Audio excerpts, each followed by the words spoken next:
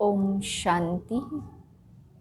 भगवान के महावाक्य सुनने से पहले 2 मिनट अपने मन को परमात्मा में लगाते हैं। मुझ आत्मा का मन और बुद्धि बिल्कुल शांत है। मैं आत्मा मस्तक के बीच चमक रही हूँ। मैं आत्मा ज्ञान के सागर शिव बाबा की संतान हूँ। प्रेम के सागर की संतान हूँ।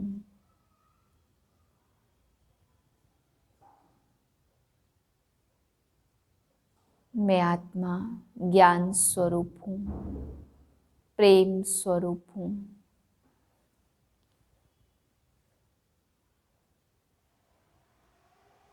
मन की शुद्ध स्थिति से परमात्मा महावाक्य सुनती हूँ।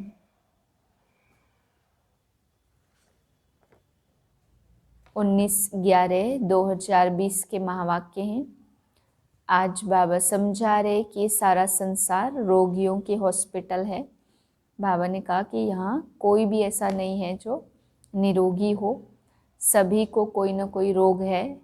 सभी अकाले मृत्यु को भी प्राप्त हो जाते हैं। कब अचानक मौत आ जाए कुछ भी यहाँ गारंटी नहीं है। तो मैं आकर के तुमको ऐसा राजयोग सिखाता हूँ जो तुम निरोगी बन जाते हो। फिर बाबा ने समझाया कि तुम बच्चों को समय खुशी होनी चाहिए कि तुम बाप के बने हो। तुम अपने घर में जाएंगे और राजधानी में आएंगे, तो एक अंदर में खुशी होनी चाहिए। पुरानी दुनिया पुराने शरीर को हम छोड़ के अब जाएंगे। लेकिन बाबा कहते बच्चे कभी कभी खुशी की बजाय बच्चों में मुरझाई सा जाती है, दुख आ जाता है। तो सदा स्थायी खुशी क्यों नहीं रहती है? तो बाबा ने कहा खुशी ना रहने का कारण है माया की अपोजिशन बहुत है। माया बहुत लड़ाई करती है, तो अपोजिशन डालती है, विघ्न डालती है, इसलिए खुशी गायब कर देती है। फिर बाबा समझा रहे कि तुम पारलौकिक बाप को जानते नहीं हो, तो पारलौकिक बाप को इतना प्यार नहीं रखते। लौकिक बाप से प्यार रखते क्योंकि जानते हैं उन्हें, लेकिन पारलौकिक बाप से इतना प्यार नहीं रखते हैं। मीठे बच्चे, यह सारी दुनिया रोगियों की बड़ी हॉस्पिटल है। बाप आए हैं सारी दुनिया को निरोगी बनाने। प्रश्न है कौन सी स्मृति रहे तो कभी भी मुरझाई व दुख की लहर नहीं आ सकती? उत्तर है अभी हम राजयोग सीख रहे हैं राजाई पाने के लिए। बाप हम बच्चों के लिए रूहानी राजस्थान स्थापन कर रहे हैं। यह स्मृति रहे तो दुख की लहर कभी आ नहीं सकती। गीत है तुम ही हो माता पिता तुम ही हो। ओम शांति।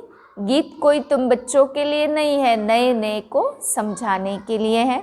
ऐसे भी नहीं यहाँ सब समझदार ही है, नहीं, बेसमझ को समझदार बनाया जाता।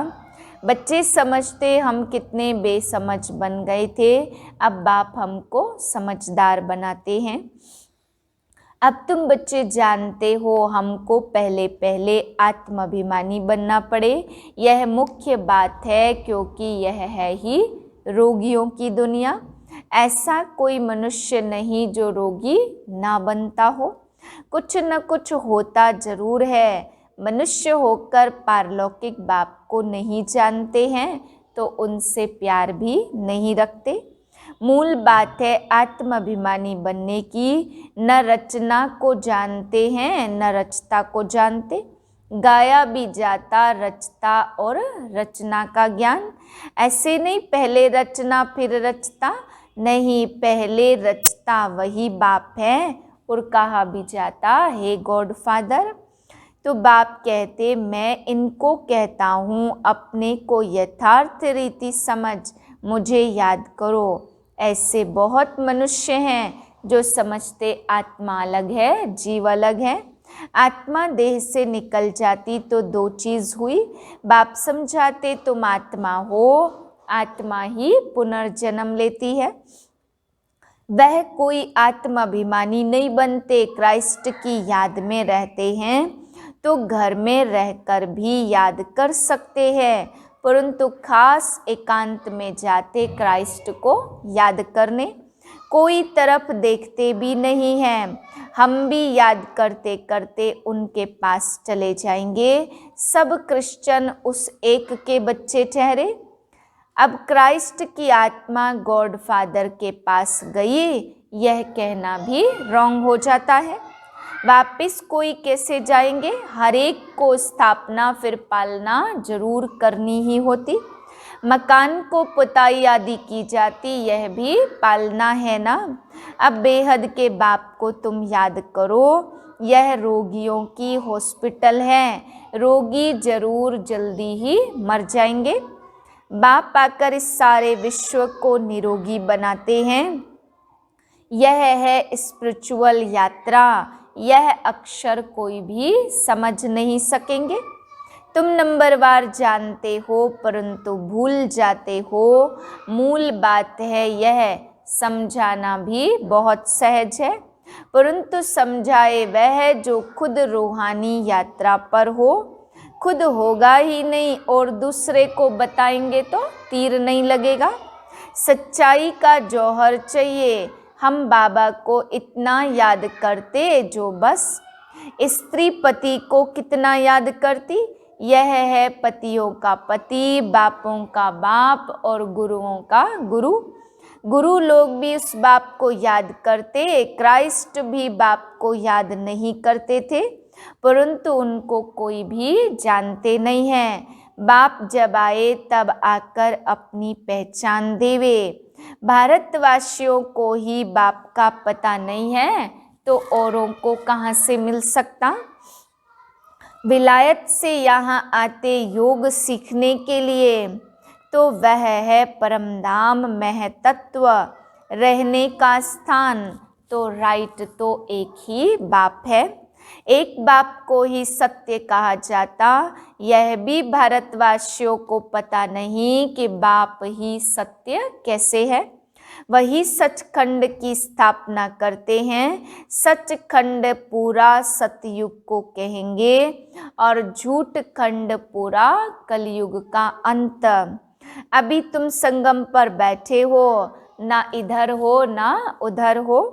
तुम यात्रा कर रहे हो, आत्मा ट्रैवल कर रही है, शरीर नहीं। बाप आकर के यात्रा सिखलाते हैं। यहाँ से वहाँ जाना है, तुमको यह सिखलाते तो वह लोग फिर स्टार्स, मून आदि की तरफ ट्रैवल करते हैं। अभी तुम जानते हो इसमें कोई भी फायदा नहीं है। इन चीज़ों से सारा विनाश होना है। बाकी जो भी इतनी मेहनत करते हैं सब व्यर्थ। तुम जानते हो यह सब चीज़ें जो साइंस से बनती हैं वह भविष्य में तुम्हारे काम आएंगी। यह ड्रामा बना हुआ है तो बेहद का बाप आकर पढ़ाते तो कितना रिगार्ड रखना चाहिए।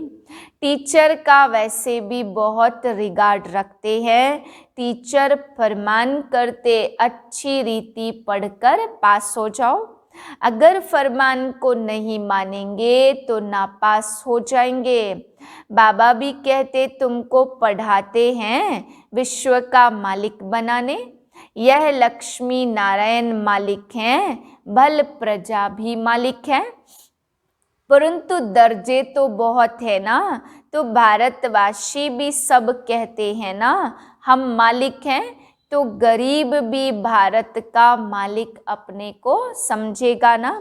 परंतु राजा और उसमें फर्क है।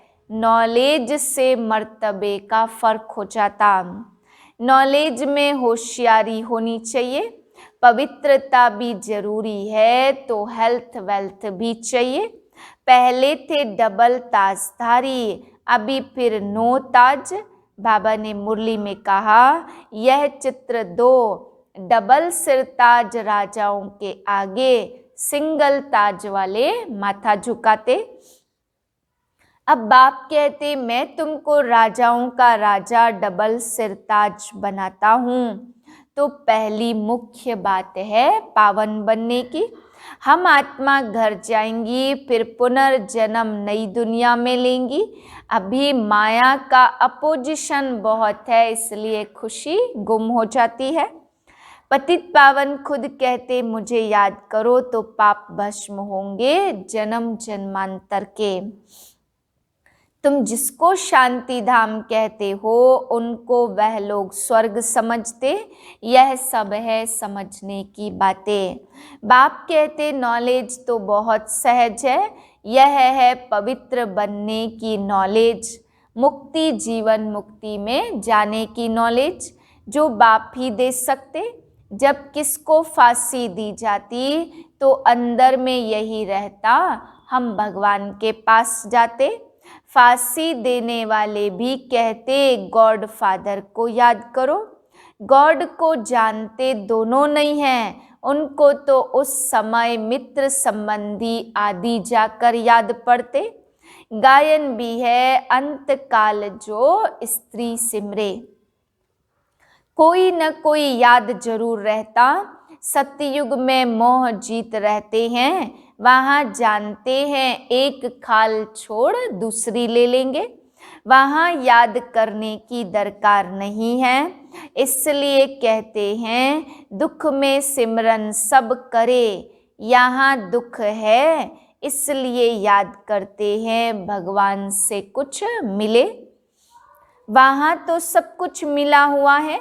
तुम कह सकते हो हमारा उद्देश्य है मनुष्य को आस्तिक बनाना, धनी का बनाना।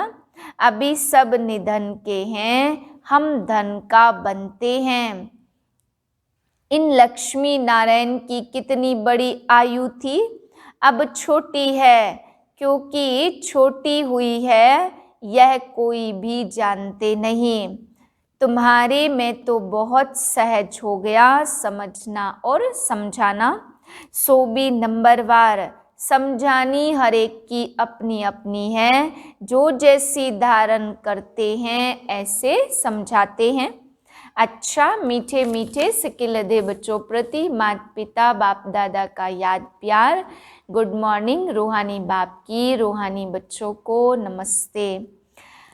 हम रूहानी बच्चों की रूहानी बाप को नमस्ते। धारणा के लिए पहली पॉइंट, जैसे बाप सदैव आत्माभिमानी है ऐसे आत्माभिमानी रहने का पूरा पूरा पुरुषार्थ करना है।